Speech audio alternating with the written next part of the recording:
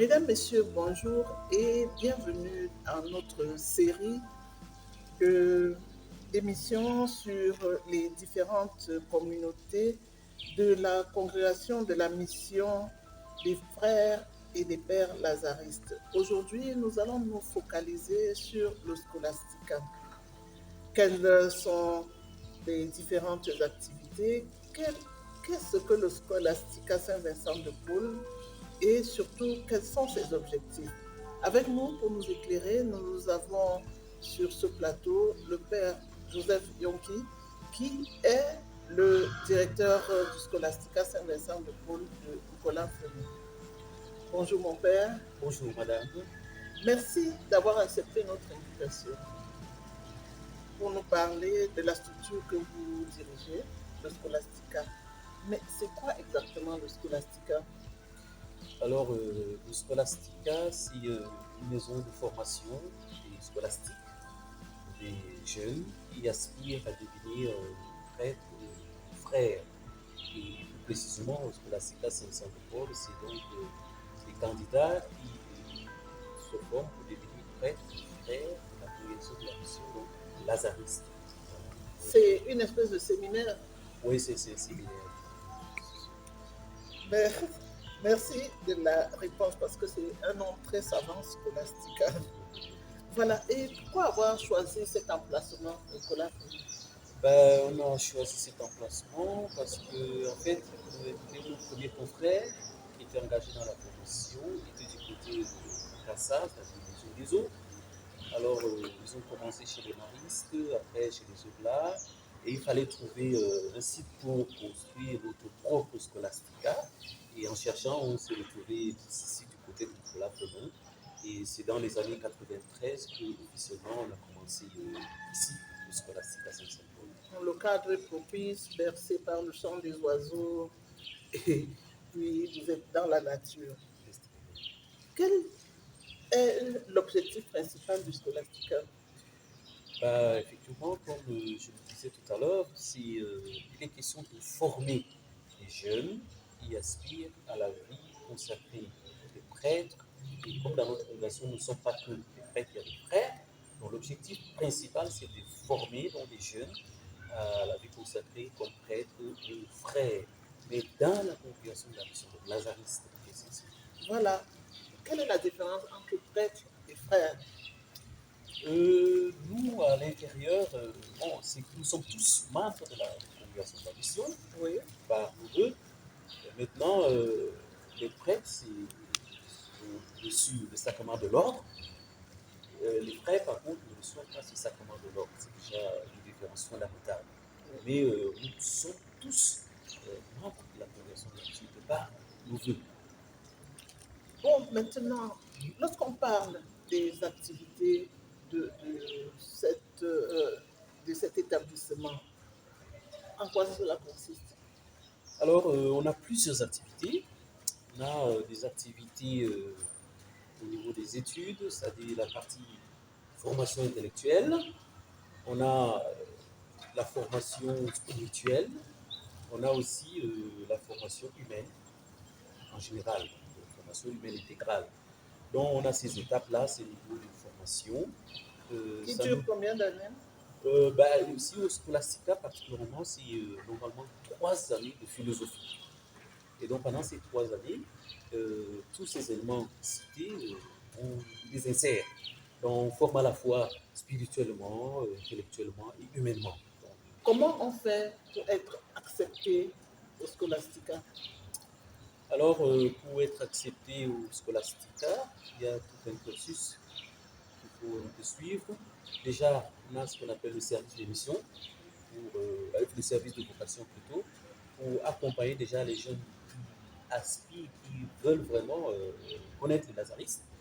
Et durant ces temps de service de vocation, ils apprennent déjà, on les forme tout. Et Dans les après, différentes paroisses? ouais, qui viennent de partout, hein, contactés par nos confrères qui sont dans certaines paroisses ou d'autres personnes qui connaissent les lazaristes, ils nous contactent et puis on regroupe ces jeunes-là actuellement 2 fois par an. Et ça, c'est la première étape. Après, ceux qui seront retenus sont envoyés en propédétique. préparatoire avant de venir ici. Donc, c'est après l'année de la propététique que les jeunes sont accueillis ici pour 3 ans de formation philosophique et d'autres éléments également. Est-ce qu'il faut avoir au minimum le baccalauréat ou bien on peut venir avec le BEPC même sans aucun diplôme? Il faut le diplôme de base, c'est le bac. C'est le bac, parce que vous savez, c'est les études universitaires. Ouais. C'est requis pour être accepté. Il y a certains qui viennent avec un peu plus. C'est pas, mais à la base, c'est le baccalauréat. Est-ce qu'il y a un âge pour entrer? Quelqu'un de 30 ans peut décider de venir intégrer la communauté, la congrégation, comme quelqu'un de 17 ans après avoir obtenu son baccalauréat. Ben, c'est vrai qu'on fait semblant de trouver un canevas avec une barrière d'âge, mais globalement, vous savez, la vocation, c'est la vocation. On parle de vocation tardive et peut-être aussi de vocation précoce. Mais dans l'un ou l'autre cas, il faut étudier un peu la situation du candidat qui se présente. Imaginez-vous un monsieur qui vient avec peut-être déjà un bagage intellectuel solide et qu'il a déjà fait peut-être la philo et ainsi de suite. À un certain âge, on peut toujours l'accepter. Ça rentre dans le cadre de ce qu'on appelle la vocation tardive. Un jeune aussi qui vient, parce que de nos jours, les jeunes passent le bac assez jeunes, très jeunes, donc on peut toujours les accueillir. Hein.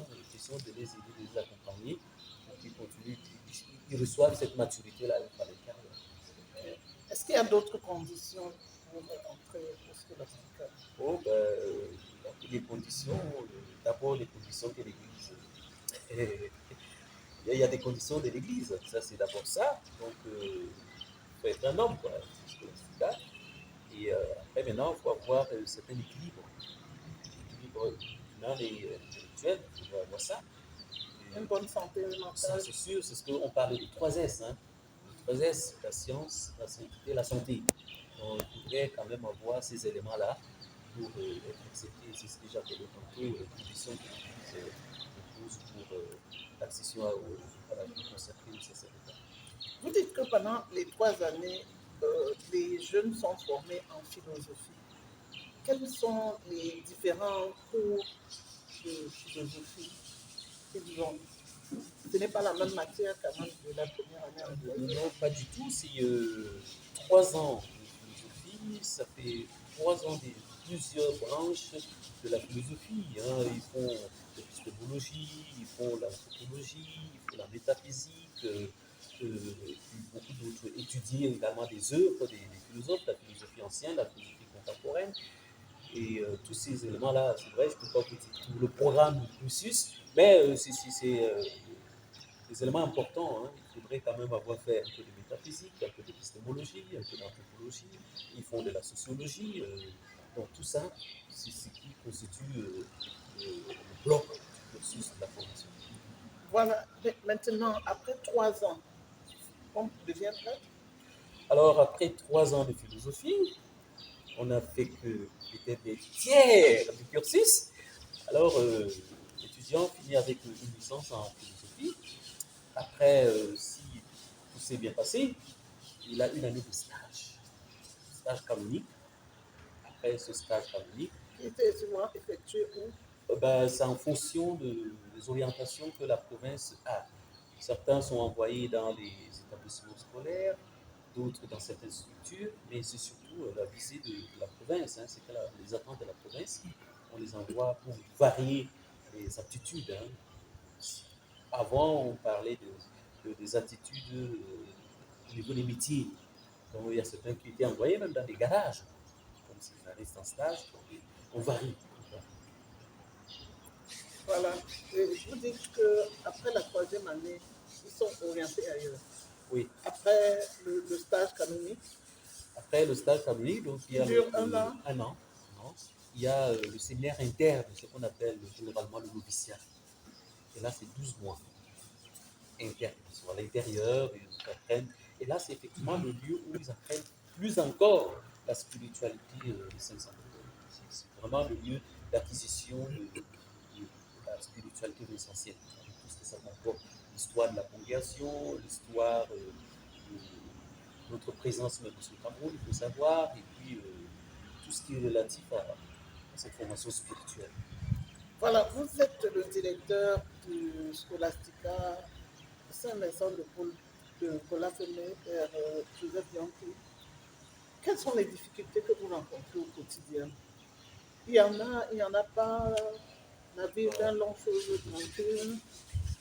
La difficulté, ou alors les difficultés surtout, vous savez, c'est des jeunes, hein, c'est des jeunes, euh, vous attendez à tout. Et il faut être très vigilant et surtout être là.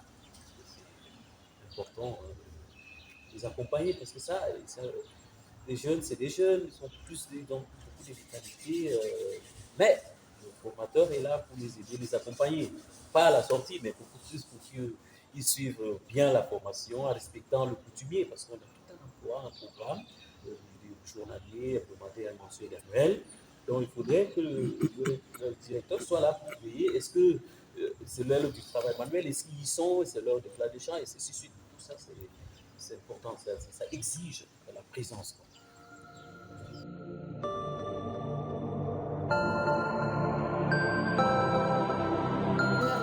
Joseph Bianchi est l'invité de notre série sur la congrégation des pères et des frères de la mission lazariste.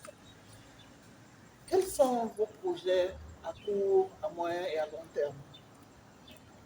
Alors, en plus, effectivement, de cette formation spirituelle, intellectuelle, les séminaristes sont aussi engagés dans ce qu'on appelle le travail manuel. Et on est obligé, pour notre subsistance, parce que vous savez, partout les ressources tarissent, on est obligé de s'engager dans certains projets pour l'autosuffisance alimentaire, pour la survie. Donc, entre autres, il y a les élevages, on fait les poulets, on a les porcs, et il y a aussi la pisciculture avec les poissons que nous avons, des petits étangs qu'il faudrait peut-être étendre davantage. Donc, ce sont ces projets-là. On a peut-être obligé aussi d'exploiter de l'espace public pour l'agriculture un peu plus intensive. Mais voilà, c'est des petits projets à l'intérieur. Non seulement on vise l'autosuffisance, mais aussi c'est une forme de formation. Hein, que les séminaristes apprennent à travailler. Donc, c'est jamais un prêtre, pas seulement celui qui se tourne le pouvoir ou alors qui est là seulement en train de prier, mais on fait tout. C'est ça qui fait le mieux. Vous avez combien d'étudiants? Alors là, nous avons pour cette année 18 étudiants nazaristes en philosophie. Il y a un autre qui fait une formation plus spéciale, il y a la Cato. Et puis on accueille deux autres séminaristes, un abbé de la Guinée équatoriale et un confrère, un séminariste qui vient du Bénin, mais qui dépend plutôt de la province de la Pologne. C'est une forme de collaboration. Et puis on a un théâtre guinéen qui est aussi là avec nous en formation. Cela veut dire qu'à chaque rentrée, vous avez de nouveaux étudiants ou bien vous tentez de prendre une promotion jusqu'à la fin? Alors, comme si, vous savez, ici à l'intérieur, il y a la philo 1, la philo 2, la philo 3. C'est ceux qui sont en philo 3 sont à la sortie. Dès qu'ils finissent, les philo 2 passent en philo 3, et les philo 1 passent en philo 2. Et ceux qui sont dans le compétitif viennent en philo 1. Donc, s'il y a un renouvellement chaque année. Et à chaque année, vous pouvez avoir combien d'étudiants? En moyenne, on a une vingtaine. Cette année, on aurait dû en avoir un peu plus. Mais c'est parce que on a envoyé certains pour une expérience en Guinée. Donc, il devrait être 22 séminaristes de la vice-province du Cameroun. Et on a envoyé certains. Dans l'actualité récente du Scholastica, il y a eu ici du 30 août au 10 septembre une assemblée provinciale élective qui a fait pour objectif principal la redynamisation du Scholastica. Est-ce que vous pouvez nous en dire un mot, mon père? Effectivement, nous avons eu l'Assemblée provinciale avec pour thème revitaliser le charisme essentiel. Je crois que c'était un thème très important pour nous dans un double sens. Une forme de relecture rétrospective et une projection, parce que revitaliser, c'est surtout revoir comment on va vivre dans l'avenir en nous donnant un peu plus de tonus, parce que nous visons au niveau de notre charisme. Effectivement, cette assemblée a donné naissance à des lignes d'action, des engagements qui doivent impliquer tous les confrères de la vice-province et certainement les jeunes en formation. Dans l'implication de ces activités, ces lignes d'action, c'est que nous avons essayé de prendre deux ou trois éléments importants. Par exemple, on essaie d'emmener les séminaristes à comprendre qu'il y a la notion de la mise en commun, la notion du bien commun, la mise en commun de nos biens, de nos ressources, parce que c'est avec ça que nous vivons. Donc là, l'économe de la communauté essaie de temps en temps de revenir sur ces éléments-là. Nous avons également le lien avec nos familles.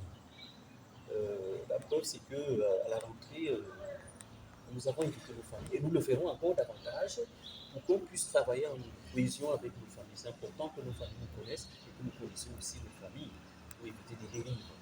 Et puis le troisième élément, c'est surtout au niveau du charisme même. Nous sommes en train de faire ce qu'on appelle la formation essentielle chaque mardi. Et on insiste sur les différentes branches de la famille essentielle et certainement aussi notre propre charisme comme artiste. Donc ça, c'est des éléments pour nous. Si on parvient déjà à bien travailler ces trois éléments cette année, c'est déjà très important. Voilà.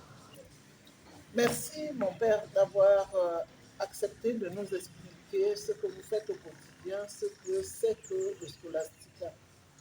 Merci infiniment à vous également de m'avoir accueilli et surtout de pouvoir donner des informations à nos auditeurs ou téléspectateurs. Téléspectateurs. Voilà. Merci beaucoup.